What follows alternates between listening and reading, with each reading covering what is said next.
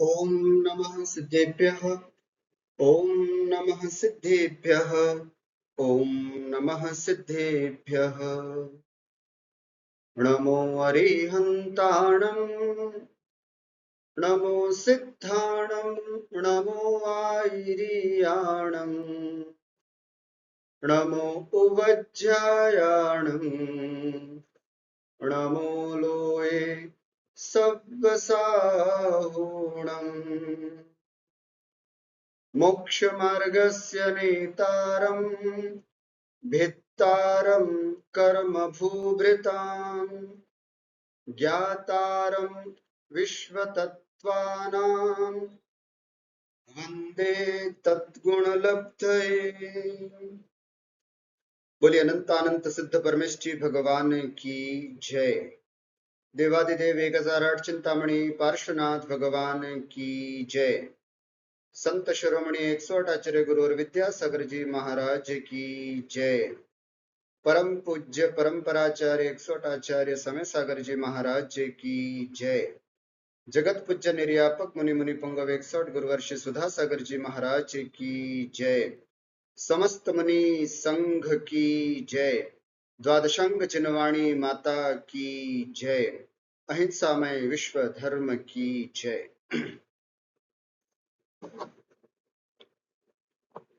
तत्वार्थ सूत्र के इस पावन ग्रंथ में हम अभी प्रथम अध्याय का स्वाध्याय कर रहे हैं, जिसका प्रथम सूत्र मोक्ष मार्ग को बताता है। सम्यक दर्शन, सम्यक ज्ञान और सम्यक चारित्र।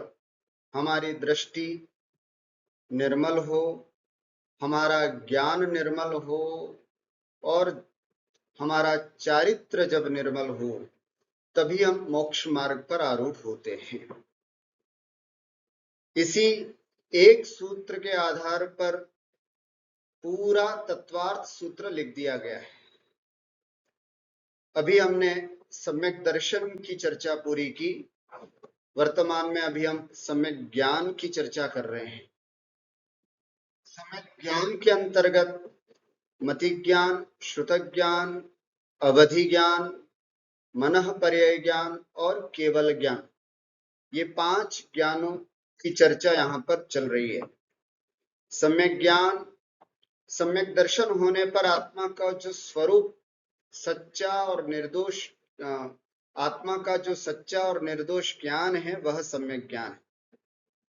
वस्तु के यथार्थ ज्ञान को सम्यक ज्ञान कहते हैं। सम्यक माने यथार्थ, जो वस्तु जैसी है उसका स्वरूप वैसा ही जानना, इसको हम सम्यक ज्ञान कहते हैं। 5 वेद देखे थे हमने, मति ज्ञान, श्रुत ज्ञान, अवधि ज्ञान, मनः पर्यय ज्ञान और केवल ज्ञान।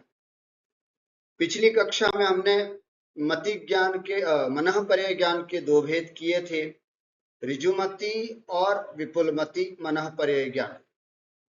ऋजु माने सरल, है ना। मनः पर्यय ज्ञान किसे कहते हैं? जो दूसरे के मन में स्थित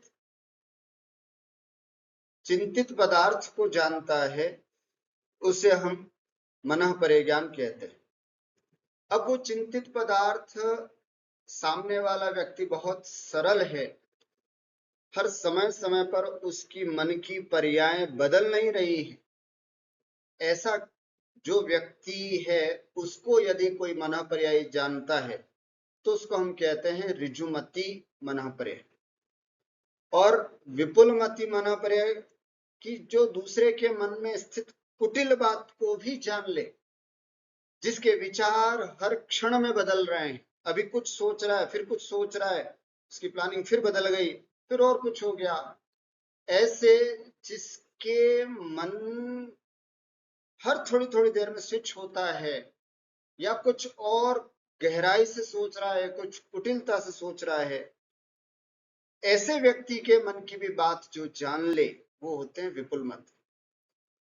विपुलमति मनः पर्यय ज्ञानी होना ज्यादा हाईली क्वालिफाई होना है। ऋजुमति तो बहुत सरल है ना, लेकिन विपुलमति के लिए विशुद्धता ज्यादा चाहिए। कहते ना, जैसे मोबाइल का नेटवर्क सामान्य जगह तो बहुत आसानी से मिल जाता, लेकिन बहुत पहाड़ी पर या कहीं दूर गए वहां पर भी अगर नेटवर्क मिले तो वो ज्यादा पावरफुल नेटवर्क कहलाता। उसी प्रकार किसी के कुटिल मन को भी जानता है तो वो मनोपरिज्ञानी ज्यादा विशुद्ध माना जाता है।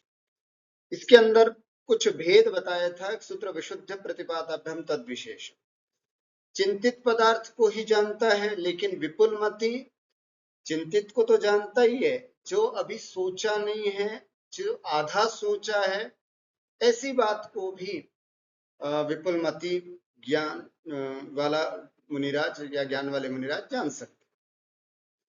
ऋजुमति में आत्मा की कम विशुद्धता भी बताया था, कम विशुद्धता होती है, लेकिन विपुल मति के लिए विशुद्धि बहुत ज्यादा चाहिए, अधिक विशुद्धता होती है ना। और प्रतिपाति माने गिरावट, परिणामों में गिरावट हो सकती है ऋजुमति के, लेकिन विपुलमति के संयम के परिणामों में वो उत्कृष्ट उत्तरोत्तर बढ़ता ही जाता है। विपुलमति मन परिज्ञान जिसको होता है वो नियम से तद्भव मोक्षगामी होता है।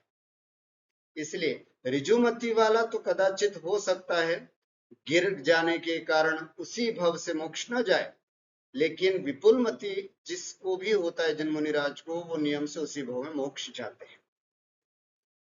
उसके बाद मनः परे ज्ञान और अवधि ज्ञान। अवधि ज्ञान और मनः परे ज्ञान में क्या अंतर है, इस बात को भी हमने पिछली कक्षा में विस्तार से देखा था। 4 बिंदु ध्यान में रखने। विशुद्धि की अपेक्षा से अवधि ज्ञान और मनः परे ज्ञान में अंतर, क्षेत्र की अपेक्षा से, स्वामी की अपेक्षा से और विषय की अपेक्षा से अवधि ज्ञान और मनः परे ज्ञान में अंतर होता है। ये चार्ट हमने देख ही लिया था। क्षेत्र अवधि ज्ञानी त्रसनाड़ी में उत्पन्न हो सकता है, पूरे त्रसनाड़ी में, है ना। और अवधि मनः परे ज्ञानी जो होता है वो पूरे मनुष्य लोक में, वो केवल मनुष्य लोक में ही उत्पन्न होगा। ऊपर एक रह गया विशुद्धि। अवधि ज्ञान की विशुद्धि कम होती है, मनः परे ज्ञान की विशुद्धि ज्यादा होती है। क्षेत्र उत्पत्ति का क्षेत्र त्रसनाड़ी होता है, अवधि ज्ञान का पूरा त्रसनाड़ी, लेकिन मनः परे ज्ञानी का उत्पत्ति क्षेत्र मात्र मनुष्य लोक। क्यों? क्योंकि मनः परे ज्ञानी केवल मुनिराज ही हो सकते हैं, और मुनिराज 2.5 द्वीप से बाहर, मनुष्य लोक से बाहर नहीं होते।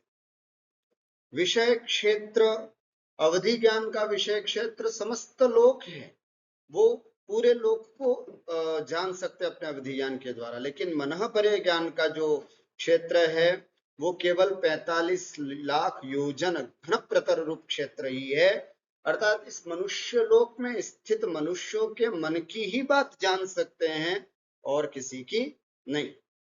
तो इसलिए उत्पत्ति क्षेत्र और विषय क्षेत्र दोनों। स्वामी अवधि ज्ञान के स्वामी चारों गतियों में हो सकते हैं, लेकिन मनः परे ज्ञानी कर्म भूमि में ही होगा, गर्भजी होगा, संयमी होगा, वर्धमान चारित्र सहित होगा, रिद्धिधारी होगा, ये सब शर्त है। ऐसे मुनिराज को ही मनः परे ज्ञान होता है।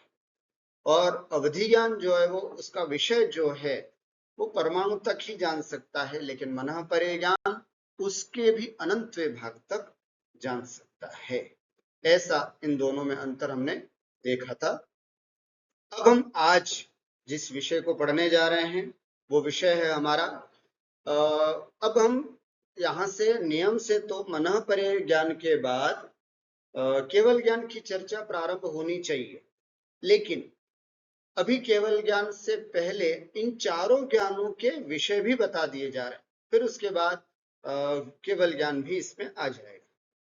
तो मति ज्ञान और श्रुत ज्ञान का विषय क्या है, अवधि ज्ञान का विषय क्या है, मनः परे ज्ञान का विषय क्या है, इस बात को आगे वाले सूत्रों में बताया जाए। तो आइए आज सूत्र नंबर 26 देखते हैं, जिसमें मति ज्ञान और श्रुत ज्ञान का विषय क्या है ना। विषय का मतलब मति ज्ञान और श्रुत ज्ञान किसको जानते हैं, है ना। मति ज्ञान और श्रुत, क्योंकि द्रव्यों को जानते हैं, पर्यायों को जानते हैं, तो कितने द्रव्यों को जानते हैं, उनकी कितनी पर्यायों को जानते हैं, ये बात कुछ इस सूत्र में स्पष्ट की गई है। आइए एक बार सूत्र का उच्चारण। मति श्रुतयोर निबंधो द्रव्येष्वसर्वपर्यायेषु मतिश्रुतयोर निबंधो द्रव्येष्वसर्वपर्यायेषु, है ना। देखिए आप, अगर हम इसको अलग अलग करते हैं तो मति श्रुतयोः अर्थात मति ज्ञान और श्रुत ज्ञान का निबंध। ध्यान रखना, ये निबंध शब्द बहुत महत्वपूर्ण है। आगे आने वाले सूत्रों में भी ये शब्द जाएगा, है ना। जाएगा का मतलब इसको हम शास्त्रीय भाषा में अनुवृत्ति बोलते हैं। अनुवृत्ति का मतलब है कि यह शब्द आगे भी यद्यपि लिखा नहीं जाएगा लेकिन इसको पढ़ा जाएगा, ऐसा समझ। निबंध, निबंध का मतलब होता है विषय। मति ज्ञान और श्रुत ज्ञान का विषय, है ना। विषय का मतलब है जिसे वह ज्ञान जान सकता है ना। जैसे मैं मोबाइल को जानता हूं तो मेरे मति ज्ञान का विषय मोबाइल है, ऐसा समझो। मेरे मति ज्ञान का, शुद्ध ज्ञान का विषय मोबाइल है। तो विषय जिसे वह ज्ञान जानता हो, जान सकता है, उसे हम विषय कहते हैं। तो विषय शब्द किससे लिया यहाँ पर सूत्र में? निबंध। मति श्रुतयोर निबंध, अर्थात मति ज्ञान और श्रुत ज्ञान का जो विषय है वो क्या है, किसमें किसमें विषय है, मतलब मति ज्ञान और श्रुत ज्ञान किस किस को जानता है? तो द्रव्येषु असर्व पर्यायेषु, द्रव्येषु द्रव्यों में, और उनकी असर्व पर्यायेषु उनकी सभी पर्यायों में नहीं, कुछ पर्यायों। क्या समझे? मति ज्ञान और श्रुत ज्ञान का जो विषय है वो समस्त द्रव्यों में तो है, लेकिन असर्व पर्यायेषु उसकी समस्त पर्यायों में नहीं है। आप सबको पता है द्रव्येषु कहने से क्या मतलब? जीव, उद्गल, धर्म, अधर्म, आकाश और काल। मति ज्ञान और श्रुत ज्ञान इन 6 द्रव्यों को जानता है, लेकिन असर्व पर्यायेषु उनकी समस्त पर्यायों को नहीं, कुछ पर्यायों को जानता। आप कहोगे कि गुरुजी ये भैया ये कैसे हुआ? धर्म द्रव्य को कैसे जानता है? अरे धर्म द्रव्य के बारे में भी तो जानते हैं ना, कि जो जीव और पुद्गल को चलने में उदासीन रूप से सहायक होता है, ये धर्म द्रव्य होता है। तो धर्म द्रव्य को भी जानता है। ऐसे तो मति ज्ञान और शुद्ध, जैसे शुद्ध ज्ञान बताया ना आपने, पिछली बार में अपन ने श्रुत केवली के बारे में डिटेल से समझा था। तो श्रुत केवली जो होते हैं वो धर्म द्रव्य को, अधर्म द्रव्य को सब अच्छे से जानते हैं, लेकिन असर्व पर्यायेषु उनकी समस्त पर्यायों को नहीं जानते। ध्यान रखना, अगर द्रव्येषु सर्व पर्यायेषु होता तो क्या हो जाता? तो द्रव्येषु सर्व पर्यायेषु कहते ही केवल ज्ञानी हो जाते। जो समस्त द्रव्यों की समस्त पर्यायों को जानता वो तो केवल ज्ञानी हो गया। लेकिन मति ज्ञान और श्रुत ज्ञान जो है वो 6 द्रव्यों को तो जानता है, लेकिन उनकी सभी पर्यायों को नहीं, कुछ पर्यायों को जानता है। ठीक हुआ? सामान्य सा अर्थ, मति ज्ञान और श्रुत ज्ञान का विषय सभी द्रव्य हैं। ठीक है तो सभी द्रव्य, 6 के 6 द्रव्य, किंतु उन द्रव्यों की समस्त पर्याय नहीं, है ना। आप सबको पता है पर्याय क्या होता है? पर्याय माने अवस्था। किसी भी द्रव्य की एक समयवर्तिनी जो अवस्था होती है उसको हम कहते हैं पर्याय। जैसे ये इसकी अभी ये पर्याय, ऐसे करते ये दूसरी पर्याय, ऐसे करते तीसरी पर्याय, ऐसे हर समय में उसकी पर्याय चेंज होती है, उसकी अवस्था चेंज होती है। तो कुछ पर्यायों को जानता है। मति ज्ञान और श्रुत ज्ञान का विषय 6 द्रव्य तो है, लेकिन उनके कुछ पर्याय हैं ही होती हैं, ऐसा जानना चाहिए। भावार्थ, मति ज्ञान और श्रुत ज्ञान सभी द्रव्यों को जानते तो हैं, लेकिन किंतु उनकी अनंत पर्यायों में से, क्योंकि हर द्रव्य की अनंत पर्याय, अनंत पर्यायों में से केवल कुछ पर्यायों को ही जान सकते हैं। इसलिए क्या लिखा, द्रव्येषु समस्त द्रव्यों में, लेकिन असर्व पर्यायेषु उनकी समस्त पर्यायों को नहीं। मति ज्ञान और श्रुत ज्ञान जीव द्रव्य को भी जानता है, लेकिन कुछ पर्यायों, है ना। जैसे वर्तमान में मेरी ये पर्याय है, सामने मान लीजिए कि हाथी है, तो हाथी सामने दिख रहा है, उसकी 5 साल से उस हाथी को देख रहा है, तो 5 साल की कुछ पर्याय वो जानता होगा, है ना। उसके घर पर बिल्ली है, तो बिल्ली को 2 दिन 2 महीने से देखता है, तो कुछ पर्याय जानता बस सभी ने। ऐसे ही पुद्गल, धर्म, अधर्म, है ना, सबकी कुछ कुछ पर्यायों को जान सकता है, बाकी सब पर्यायों को नहीं। इसलिए मति ज्ञान और शुद्ध ज्ञान यहाँ जाना, इसका विषय जाना। अब देखते हैं अवधि ज्ञान का विषय क्या है। उसके लिए अगला सूत्र है ना, रूपिष्ववधे। उच्चारण का ध्यान रखना, रूपिश, है ना, रूपिष्ववधे। आपको ववधे बोलना पड़ेगा ना, तो पहले श तक आकर के रुक जाए, रूपिष्ववधे, है ना, रूपिष्ववधे, ऐसे। अब इसको संधि विच्छेद करते हैं। क्या क्या शब्द है इसमें, रूपिषु, रूपी द्रव्यों में, अवधे, अवधि ज्ञान का। और देखो वापस पहले वाले सूत्र से निबंध शब्द हमने ले लिया, निबंध विषय होता है, अर्थात अवधि ज्ञान का रूपी द्रव्यों में विषय होता है। अर्थात सरल अर्थ देखो, अवधि ज्ञान का विषय केवल रूपी द्रव्य है। आपको पता है सबको, हमारे 6 द्रव्य हैं, उन 6 द्रव्यों में रूपी द्रव्य कौन से, है ना। तो रूपी द्रव्य एकमात्र है, कौन सा, पुद्गल द्रव्य। स्पर्श रस गंध वर्णवंतः पुद्गलाः, अर्थात जिसमें स्पर्श रस गंध और वर्ण पाया जाता है वो पुद्गल, अर्थात जिसमें रूप रस गंध और वर्ण पाया जाए वो रूपी। तो एकमात्र पुद्गल द्रव्य है। और दूसरा, सांसारिक जीव की आत्मा भी रूपी होती है। आचार्य ने यह भी कहा सांसारिक, क्योंकि आत्मा तो यद्यपि अरूपी होती है, लेकिन संसारी जीव, हम सब संसारी जीवों की आत्मा, जिसमें कर्म कर्म परमाणु जो हैं, पौद्गलिक कर्म परमाणु जो हैं, वो आत्मा के साथ बिल्कुल एक में हो चुके हैं। तो इसलिए हमारे आत्मा में लगे कर्म परमाणु भी क्या है, पुद्गल है।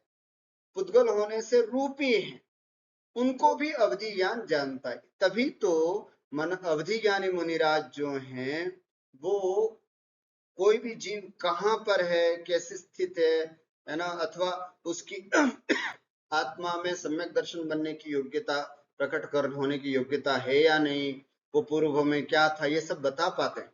क्योंकि आत्मा में कर्मों की स्थिति होती है, बस उन कर्मों के आधार पर वो उसका पूरा फ्यूचर बता देते। और कर्म जो है वो रूपी होते हैं। तो ध्यान रखना, रूपी द्रव्यों में अवधि ज्ञान का विषय है, अर्थात अवधि ज्ञानी मुनिराज रूपी द्रव्य को जानते हैं।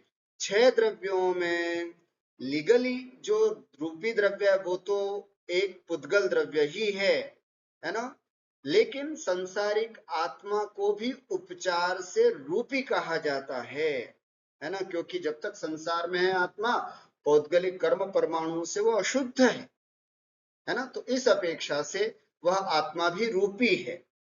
इसलिए ऐसे आत्मा को, संसारिक आत्मा को और पुद्गल द्रव्य को अवधि ज्ञान का विषय है, जानता है, अवधि ज्ञानी जानता है। अवधि ज्ञान केवल पुद्गल द्रव्य को जानता है, अन्य अरूपी द्रव्यों को नहीं। किसी अवधि ज्ञान मुनिराज से या किसी अवधि ज्ञानी से पूछा जाए कि साहब धर्म द्रव्य कैसा होता है, उसका स्वरूप बताओ, तो वो चुप हो जाएंगे, वो नहीं बताएंगे, है ना। कि अवधि ज्ञान, अगर कोई अवधि ज्ञानी मुनिराज हैं और उनसे पूछा जाए कि साहब धर्म द्रव्य क्या होता है, तो आप कहोगे कि साहब जब मति ज्ञान श्रुति ज्ञानी वाला धर्म द्रव्य बता सकता है, तो अवधि ज्ञानी मुनिराज क्यों नहीं बता सकते, प्रश्न हो सकता है ना मन में।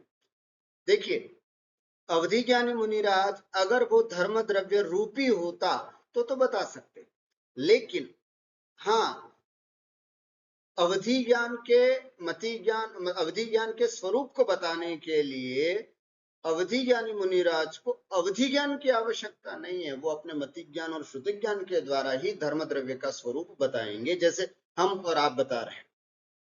समझ में आया?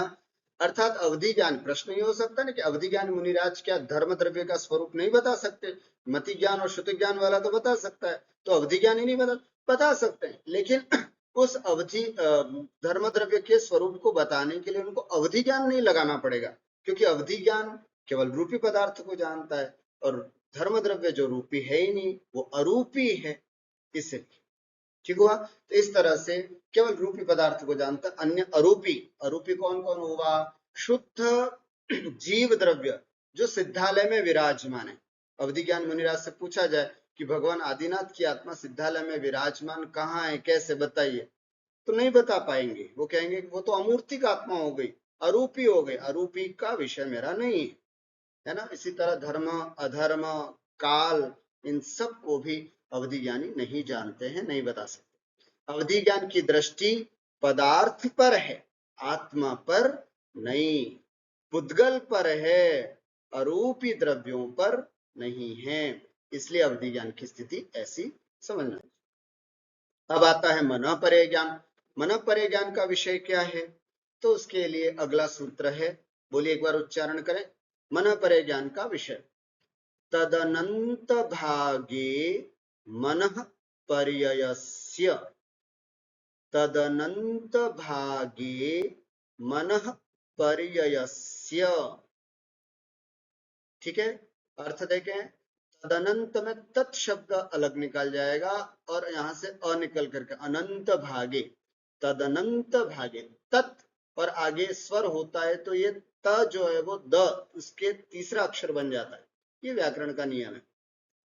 तो तत् उस अवधि ज्ञान के विषय क्षेत्र का अनंत भागे, अनंतवे भाग में मनः पर्ययस्य, मनः पर्यय ज्ञान का, बस इतना ही, सूत्र में तो इतना ही लिखा है। अब हम पहले वाले सूत्र से मति श्रुतियोर निबंधो, वहां से निबंध शब्द लाएंगे तब ये अर्थ पूरा होगा, है ना? अर्थात तत् उस अवधि, पहले वाले में अवधि ज्ञान का विषय क्षेत्र बताया, है ना? अवधि ज्ञान का विषय क्षेत्र क्या था कि अवधि ज्ञानी रूपी पदार्थ को जानते हैं, है ना? तो मन परिज्ञानी उस रूपी पदार्थ के भी अनंतवे भाग, अनंतवे भाग में मन परे ज्ञान का निबंधन है, विषय होता है। अर्थात मन परे ज्ञान का विषय अवधि ज्ञान के विषय से भी अनंत गुना कम है, अनंतवा भाग है। सोचो, अवधि ज्ञानी मुनिराज, है ना, यदि 100 को जानते हैं तो 100 को अनंत मान लो, और तो मना परे ज्ञानी 1 को जानेंगे, फॉर एग्जाम्पल बताए, ऐसे अनंतवा भाग कितना छोटा होता होगा, सोचिए।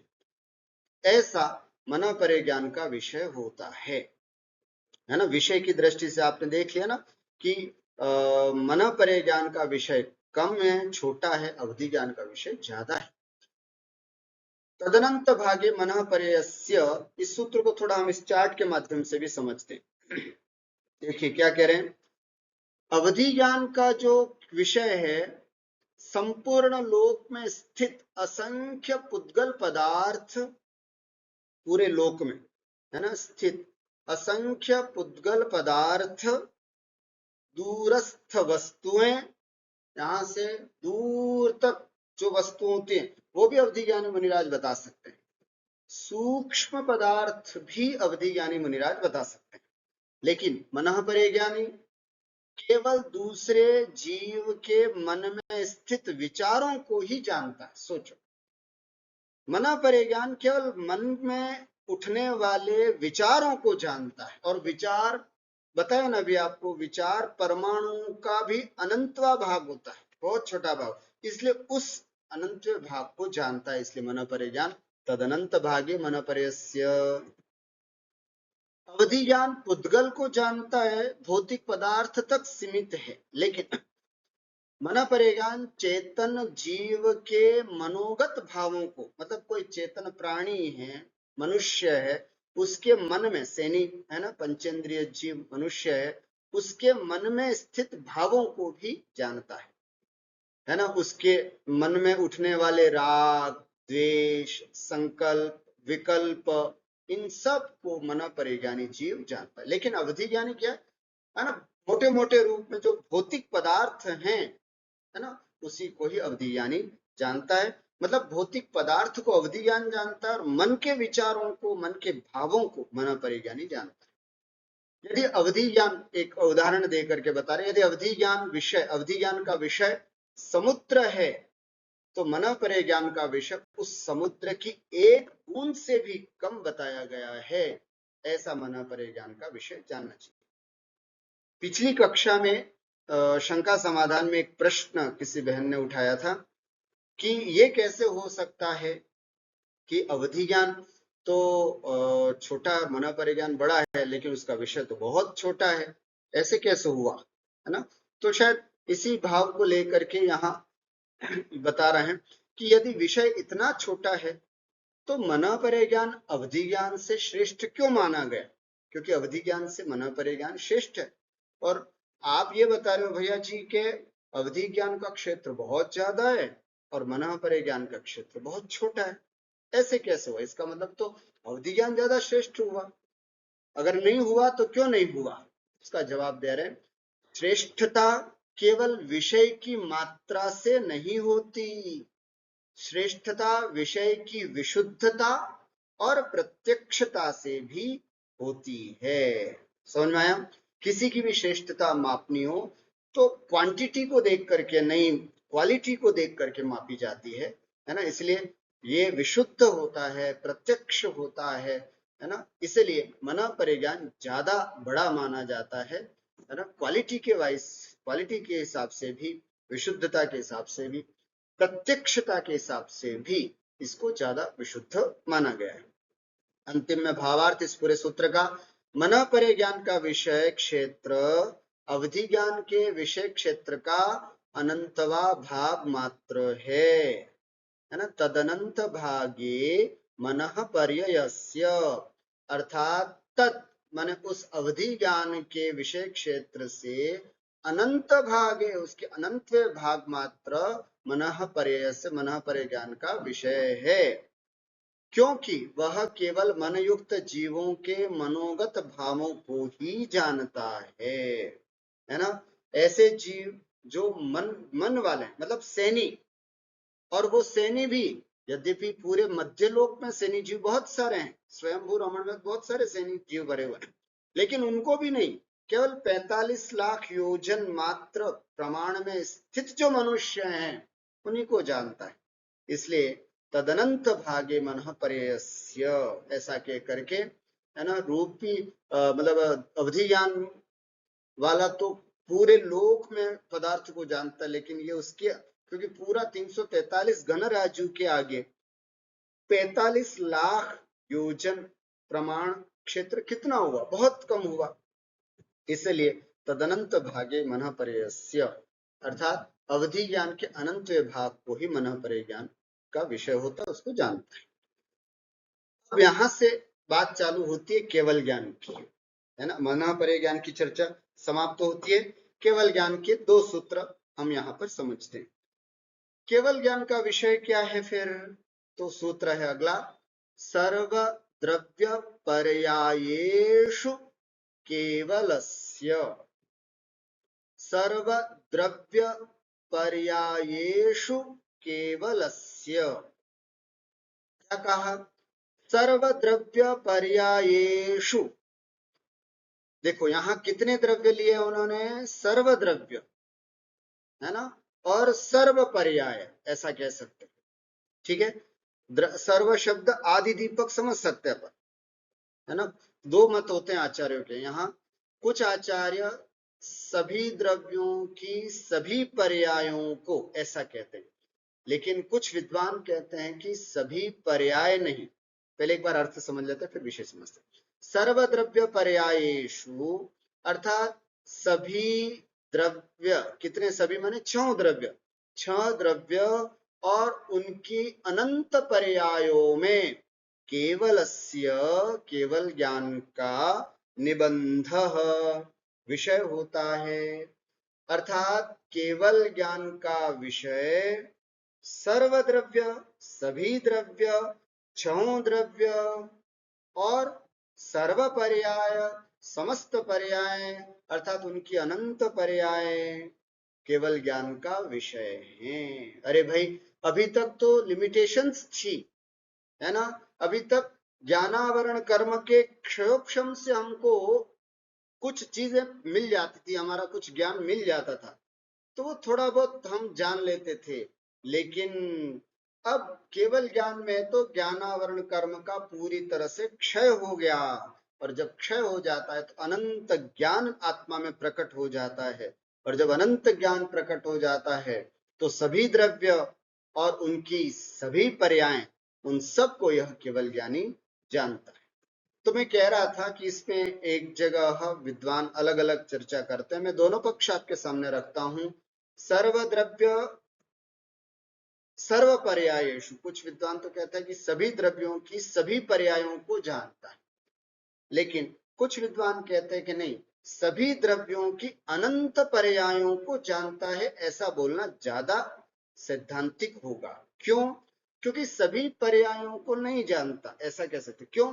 क्योंकि आदि किसी भी द्रव्य की पहली पर्याय या किसी भी द्रव्य की अंतिम पर्याय कौन सी होती है, ये तो कोई नहीं जानता, है ना। क्योंकि अनंत अनादिकाल से संसार का परिभ्रमण चल रहा है, ये है ना। तो उसकी पहली पर्याय, किसी भी द्रव्य की पहली पर्याय कौन सी थी, ये कोई बता सकता है क्या?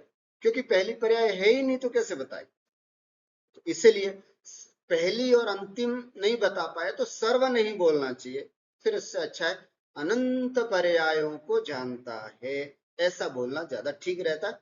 मैंने दोनों पक्ष रख दिए, दोनों अपने आप में ठीक है ना। सर्वद्रव्य पर्यायेषु केवलस्य, अर्थात केवल ज्ञान का, ये निबंध शब्द हमको मति श्रुति और निबंधों से लेना है।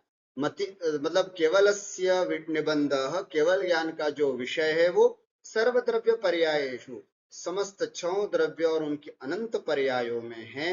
अर्थात केवल ज्ञान का विषय सभी छह द्रव्य और उनकी अनंत पर्याय हैं। सरलार्थ, यदि केवल ज्ञान सभी द्रव्य और पर्यायों को नहीं जाने, फॉर एग्जाम्पल मान लीजिए कि केवल ज्ञानी भी सभी द्रव्यों की अनंत पर्यायों को या सभी पर्यायों को नहीं जानता है, तो तीन जगह प्रश्न चिन्ह खड़ा हो जाएगा। सर्वज्ञता सिद्ध नहीं होगी, मंगलाचरण में ही कहा ज्ञातारम विश्व तत्वानाम, जो विश्व के समस्त तत्वों को जानने वाले हैं, ये बात ही सिद्ध नहीं होगी।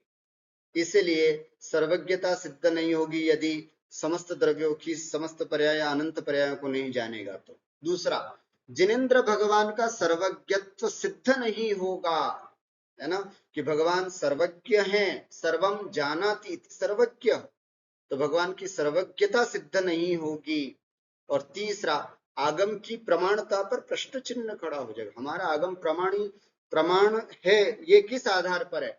क्योंकि ये केवल ज्ञानी ने बताया है, इसलिए हमारा आगम प्रमाण है ना। हम उनको कैसे प्रमाणित कर रहे हैं, हमारी प्रमाणता का कारण क्या है कि ये जितना भी हम बोल रहे हैं वो सब केवल ज्ञान के केवल ज्ञानी तीर्थंकर के द्वारा उपदिष्ट बातों को बोल रहे हैं, इसलिए ये सब प्रामाणिक। पर जब केवल ज्ञान ही समस्त द्रव्यों की पर्यायों को नहीं जानेगा तो आगम की प्रमाणता पर भी प्रश्न चिन्ह खड़ा हो जाएगा। इसलिए केवल ज्ञानी समस्त द्रव्यों की अनंत पर्यायों को जानता है, ऐसा भी कह सकते हैं। और अगर सभी पर्यायों को जानता है ऐसा भी बोलते हैं तो कोई समस्या वाली बात नहीं है। समस्त द्रव्य मतलब समस्त पर्याय का मतलब जितनी पर्याय हैं उन समस्त सबको जानता है। अनंत पर्याय तो अनंत के रूप में, बात यही आ जाती है ना कि अच्छा कितनी पर्याय हैं, अनंत पर्याय, तो अनंत पर्याय बोल दो, अनंत पर्याय बोल सकते हैं, ऐसा भी कर सकते हैं, ऐसा कुछ नहीं। ठीक है। अब पांचों ज्ञानों का विषय एक बार संक्षिप्त में आपको यहाँ बता देता हूँ। मति ज्ञान का विषय सभी द्रव्य, लेकिन उनकी सभी पर्याय नहीं। द्रव्येषु असर्व पर्यायेषु, सभी द्रव्य हैं लेकिन सभी पर्याय नहीं। इसी तरह श्रुत ज्ञान का विषय इसी तरह होगा। श्रुत ज्ञान सभी द्रव्यों को तो जानता है लेकिन उनकी सभी पर्यायों को नहीं जानता। मति ज्ञान और श्रुत ज्ञान क्षण द्रव्यों को जानते हैं, लेकिन उनकी सभी पर्यायों को नहीं जानते। अवधि ज्ञान, अवधि ज्ञान केवल रूपी पदार्थ, रूपी द्रव्य है ना, केवल रूपी अर्थात पुद्गल द्रव्य को ही जानता है। हमने जो कहा संसारिक आत्मा है ना, संसारिक आत्मा, तो संसारिक आत्मा कार्बन वर्गों से युक्त होने के कारण है ना, वो रूपी ही हो गई, इसलिए वो उस पौद्गलिक कर्म परमाणु को ही जानता है। इसलिए अवधि ज्ञानी केवल रूपी द्रव्य को ही जानते हैं। मना परे ज्ञानी का विषय क्या हुआ? मनोगत भाव, दूसरे के मन में चिंतित भाव। ठीक है, इसलिए लिखा तदनंत भागे, अर्थात परमाणु और परमाणु का भी अनंतवा भाग होता है विचार, मन में उठने वाला विचार, उसी को जानता है, इसलिए मनोगत भाव।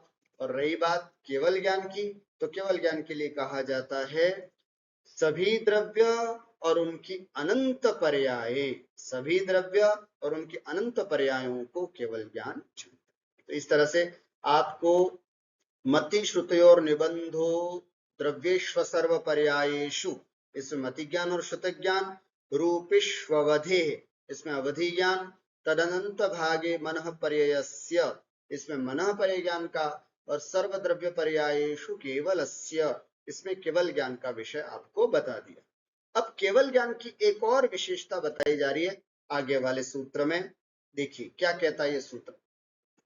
केवल ज्ञान सबको क्रम से जानता है या एक साथ? किसी ने प्रश्न किया, केवल ज्ञान सब द्रव्यों को जानता है, तो क्रम से जानता है या एक साथ जानता है, कैसे जानता है? तो ये वाला सूत्र जो है वो केवल ज्ञान की ही विशेषता बताने वाला सूत्र है। केवल ज्ञान के दो सूत्र हो गए, सर्वद्रव्य पर्यायेषु केवलस्य, और दूसरा ये उच्चारण करेंगे, एकादीनि भाज्यानि युगपदेकस्मिन्ना चतुर्भ्यः, एकादीनि भाज्यानि युगपदेकस्मिन्ना चतुर्भ्यः। ठीक है, थोड़ा सा अर्थ लगाने में सूत्र कड़ा हो सकता है, क्योंकि प्रायः विद्वान इसका अर्थ सामान्य से दूसरा लगाते हैं, पर हम इसको संस्कृत की बात को ध्यान में रखते हुए आपको बताने की कोशिश करेंगे। देखिए क्या कह रहे हैं, एकादीनि भाज्यानि, यहाँ भाज्य का मतलब है पदार्थ, एकादीनि पदार्थ, एकादीनि अर्थात एक आदि, आदि का मतलब एक भी हो सकता है, दो, तीन, संख्यात, असंख्यात, अनंत, यहां तक जा सकते हैं। एकादीनि का मतलब एकादीनि एक आदि, भाज्यानि अर्थात पदार्थ है ना, भाज्य भाजक, जो विभाजित करे वो भाजक, और जो विभाजित हो वो भाज्य। तो भाज्य क्या है? पदार्थ। तो यहाँ पर भाज्य का मतलब पदार्थ लेना। एक से अधिक पदार्थों को युगपत, केवल ज्ञान कैसे जानता है सब पदार्थों को? बताया जा रहा है एकादीनि भाज्यानि, एक से अधिक पदार्थों को युगपत एक साथ, एकस्मिन एक ही समय में, है ना, एका युगपत एकस्मिन, एकादीनि भाज्यानि युगपत अर्थात केवल ज्ञान एक, दो, तीन, संख्यात, असंख्यात, अनंत ज्ञेय पदार्थों को एक साथ, युगपत शब्द का अर्थ स्पेशल है यहाँ पर, कैसे जानता है? एक साथ, युगपत, एकस्मिन एक ही समय में, एक ही समय में। हाँ, और ये और अच्छा सूत्र, आचतुर्भ्य, आचतुर्भ्य का मतलब क्या कि चतुर्भ्य ज्ञानेभ्यो व्यावृत्ते सति केवलस्य, क्या कितना सुंदर अर्थ है। अर्थात मति चतुर्भ्य चार ज्ञान, मति ज्ञान, श्रुत ज्ञान, अवधि ज्ञान और मनः परे ज्ञान के व्यावृत्ते सति, इनके व्यावृत्त हो जाने पर, अलग हो जाने पर, आ का अर्थ व्यावृत्त, आंग उपसर्ग होता है संस्कृत में, आ का मतलब होता है इसके हटने पर, ये अलग हो जाने पर, अर्थात ये चारों ज्ञानों को छोड़ करके एक से अधिक पदार्थों को एक समय में एक साथ कौन जान सकता है? केवलस्य, पूर्व वाले सूत्र से हम लेंगे। देखो मैंने लिखा है अध्याहार। अध्याहार का मतलब पहले वाले सूत्र से हमें किसी चीज को ग्रहण करना हो उसको बोलते हैं अध्याहार। तो केवलस्य केवल ज्ञान का विषय है, मतलब केवल ज्ञान का विषय बताने के लिए दो सूत्र आपको बताए, है ना। एक तो सर्वद्रव्य पर्यायेषु केवलस्य, समस्त द्रव्यों को और उनके समस्त पर्यायों को केवल ज्ञानी जानता है।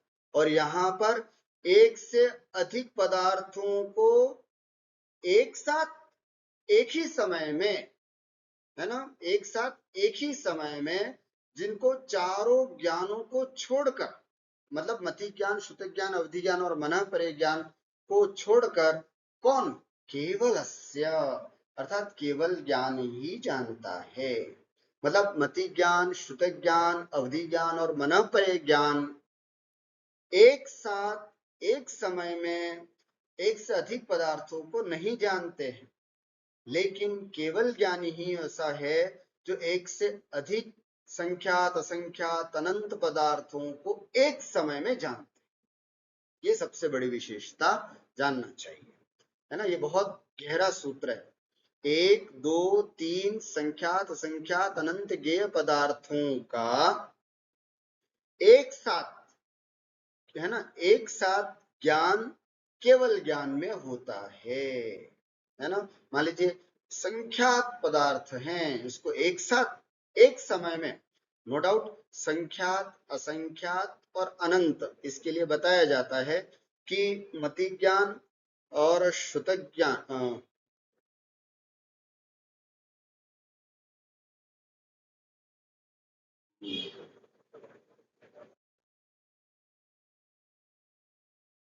है ना, मति ज्ञान, श्रुत ज्ञान, अवधि ज्ञान वो भी जानते हैं, मन परे ज्ञान भी जानते हैं संख्यात असंख्यात अनंत पदार्थों को। लेकिन वो कैसे जानते हैं पता है आपको? क्रमशः जानते हैं, क्रमशः जानते हैं, है ना, एक एक एक एक, एक करके जानते हैं। लेकिन केवल ज्ञानी जो है वो युगपत, मैंने पहले भी उदाहरण दिया था, हस्तकामलकवत, हाथ में रखे हुए आंवले के समान, जैसे हथेली पर रखा हुआ आंवला हम एक साथ देख सकते हैं, उसी प्रकार यहाँ है ना लिखा है एक दो तीन अनंत ज्ञेय पदार्थों का एक साथ ज्ञान केवल ज्ञान में होता है। मति श्रुत अवधि और मन पर्याय में नहीं। मति ज्ञान और श्रुत ज्ञान जानते होंगे, संख्यात असंख्यात अनंत संख्यात असंख्यात पदार्थ को जानते हैं, लेकिन क्रमशः जानते हैं, युगपत शब्द एक साथ नहीं जानते। एकस्मिन युगपत, एक ही समय में एक साथ जानने की क्षमता केवलस्य, अर्थात केवल ज्ञानी की है। आज चतुर्भ्य, चारों ज्ञानों को छोड़ करके, मति ज्ञान, श्रुति ज्ञान, अवधि ज्ञान और मन परिज्ञान चारों को छोड़ करके केवल केवलस्य, केवल ज्ञान का ही निबंध विषय जानना चाहिए। ठीक है, एक तो उदाहरण के माध्यम से इसको और स्पष्ट करेंगे। जहां अन्य चार ज्ञान एक एक विषय को क्रमशः ग्रहण करते हैं, है ना, हमको लगता है कि हमने जल्दी से जान लिया, लेकिन एक समय होता है, जैसे मैंने बताया ना कि अवग्रह, ईहा, आवाय, धारणा, ऐसे क्रमशः कोई पदार्थ। और मैंने ये भी बताया था कि पहले दर्शन होता है, फिर ज्ञान होता है, तो ये क्रम है किसी भी पदार्थ। अब ये बात अलग है कि इतना फास्ट क्रम है कि ये हमारा विषय नहीं बचा, है ना, हम इसको पकड़ नहीं पा रहे, लेकिन क्रमशः होता है। मति ज्ञान, श्रुत ज्ञान, अवधि ज्ञान, मन परे ज्ञान जो होता है वो क्रमशः होता है, एक से अधिक समय में होता है। लेकिन केवल ज्ञान जो है वो, है ना, जहाँ अन्य चार ज्ञान एक एक विषय वो क्रमशः ग्रहण करते हैं, वहां केवल ज्ञान अनंत विषयों को एक ही समय में ग्रहण करते हैं, प्रकाशित करता है। ये इसकी विशेषता है। जैसे उदाहरण के रूप में बता सकते हैं कि जैसे कैमरा, हम फोटो खींच रहे हैं, कैमरे से एक एक एक करके फोटो खींचते हैं। शादी ब्याह में देखा होगा, है ना, कैमरामैन एक एक के पास जा जा करके फोटो खींचता है। लेकिन ड्रोन जब ऊपर से ग्रहण करता है तो वो पूरे पंडाल की, पूरे मंडप की एक साथ फोटो ले सकते। ये तो एक सामान्य उदाहरण है ना। इसी प्रकार केवल ज्ञान के में समस्त ज्ञेय पदार्थ, जितने भी ज्ञेय पदार्थ हैं वे सब एक साथ। और भी जैसे एक पुरुषार्थ सिद्धि उपाय पढ़ते हम, उसमें भी उदाहरण आता है, दर्पण तल इव सकला प्रतिफलति मालिका यत्र, अर्थात दर्पण के तल के समान एक साथ सभी पदार्थ जिनके अंदर प्रतिबिंबित होते हैं केवल ज्ञान, ऐसा वह केवल ज्ञान होता है। तो एक साथ और कई संख्यात असंख्यात विषयों एकाधिक पदार्थों को एक साथ एक समय में अगर कोई जानता है तो वो केवल ज्ञान जानता है, ऐसा समझना चाहिए। मति, श्रुत, अवधि और मनः परे को छोड़कर केवल ज्ञान एक समय में एक, अनेक, असंख्य और अनंत पदार्थों को जानता है। ठीक हुआ? ये इस एकादीनि भाज्यानि युगपदे कस्मिन्ना चतुर्भ्यः, मैं समझता हूं अभी तक के पढ़े हुए में थोड़ा सा अर्थ निकालने के लिए सूत्र थोड़ा कड़ा आपको लग सकता है। एक बार फिर भी जाते जाते देख रहा हूं। एकादीनि भाज्यानि, एक से अधिक पदार्थों को, युगपत एक साथ, एकस्मिन एक समय में, आचतुर्भ्यः अर्थात मति, श्रुत, अवधि, मनः परे ज्ञान को छोड़ करके केवलस्य एकमात्र केवल ज्ञानस्य निबंधः विषय, अर्थात एक से अधिक पदार्थ को एक साथ एक समय में जानने का विषय केवलस्य केवल ज्ञान का ही है और चारों ज्ञानों का नहीं। ये तो एक अर्थ होगा। एक दूसरा अर्थ जो आजकल प्रायः विद्वान लगाते हैं वो भी हम इसमें देखते हैं, है ना। एक जीव एक साथ कितने ज्ञान हो सकते हैं, एक ये भी अर्थ है, एक जीव के एक साथ कितने ज्ञान हो सकते हैं, तो ये भी एक चीज हम समझ लेते हैं, है ना। तो मतलब इस सूत्र का ये अर्थ भी लगाया जाता है, ये भी हम देख लेते हैं। तो एकादीनि भाज्यानि, एक से लगा करके एकस्मिन एक जीव में, युगपत एक साथ, आचतुर्भ्यः चार ज्ञान तक हो सकते हैं, ये भी अर्थ है। देखना क्या समझे, है ना। एकादीनि भाज्यानि, एक से अधिक विभाजित करने पर एक जीव में एक समय में एक भी हो सकता है, दो भी हो सकते हैं, तीन भी हो सकते हैं, चार भी हो सकते हैं, आज चतुर्भ्य चार ज्ञान तक हो सकते हैं, ये भी अर्थ इसमें निकलता है। दोनों अर्थ आपके सामने देखो, यहाँ क्या अर्थ होगा इसका, अगर कोई एक ज्ञान किसी जीव को होगा तो कौन सा होगा, केवल ज्ञान, बस ध्यान रखना, मति ज्ञान नहीं होगा। अगर किसी जीव को दो ज्ञान है तो वो कौन से होंगे दो ज्ञान, मति ज्ञान, श्रुत ज्ञान। अगर किसी जीव को तीन ज्ञान होंगे तो कौन कौन से होंगे, मति ज्ञान, श्रुत ज्ञान, अवधि ज्ञान भी हो सकते हैं, या फिर मति ज्ञान, श्रुत ज्ञान और मनः परे ज्ञान भी हो सकता है। हाँ, ऐसे कई मुनिराज हैं जिनको अवधि ज्ञान नहीं है लेकिन सीधा मनः परे ज्ञान है। तो मति ज्ञान, श्रुत ज्ञान तो जन्म से ही मिला हुआ है और रिद्धि प्राप्त होकर के मनः परे ज्ञान भी हो गया, तो मनः परे ज्ञानी, है ना। और कुछ ऐसे मुनिराज होते हैं जिनको विशेष रिद्धि से अवधि ज्ञान भी प्राप्त है, मनः परे ज्ञान भी प्राप्त है, तो ऐसे अधिकतम चार ज्ञान भी हो सकते हैं, मति ज्ञान, श्रुत ज्ञान, अवधि ज्ञान और मनः परे ज्ञान।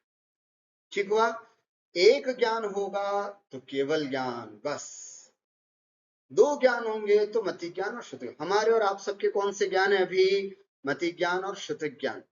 सिद्धों के कौन सा ज्ञान है, अरिहंतों के कौन सा ज्ञान है, एक ज्ञान केवल, कौन सा, केवल ज्ञान।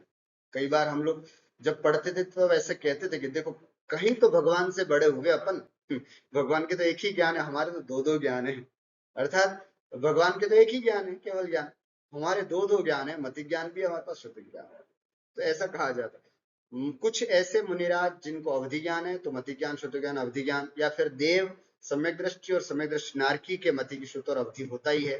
कुछ रिद्धि से भी अवधि ज्ञान प्राप्त हो सकता है ना, तपस्या से, साधना से, और मति, श्रुत और मनः परे ज्ञानी भी तीन, ये भी हो सकता है, लेकिन चार, मति, श्रुत, अवधि, मनः परे ज्ञान हो सकता है। यही क्रम ध्यान में रखना। आप ऐसा नहीं कह सकते कि दो ज्ञान, किसी को अवधि और मनः परे ज्ञान दो है तो अवधि और मनः परे ज्ञान होगा, किसी के एक ही ज्ञान है, केवल मनः परे ज्ञान ही है, ऐसा कभी नहीं हो सकता।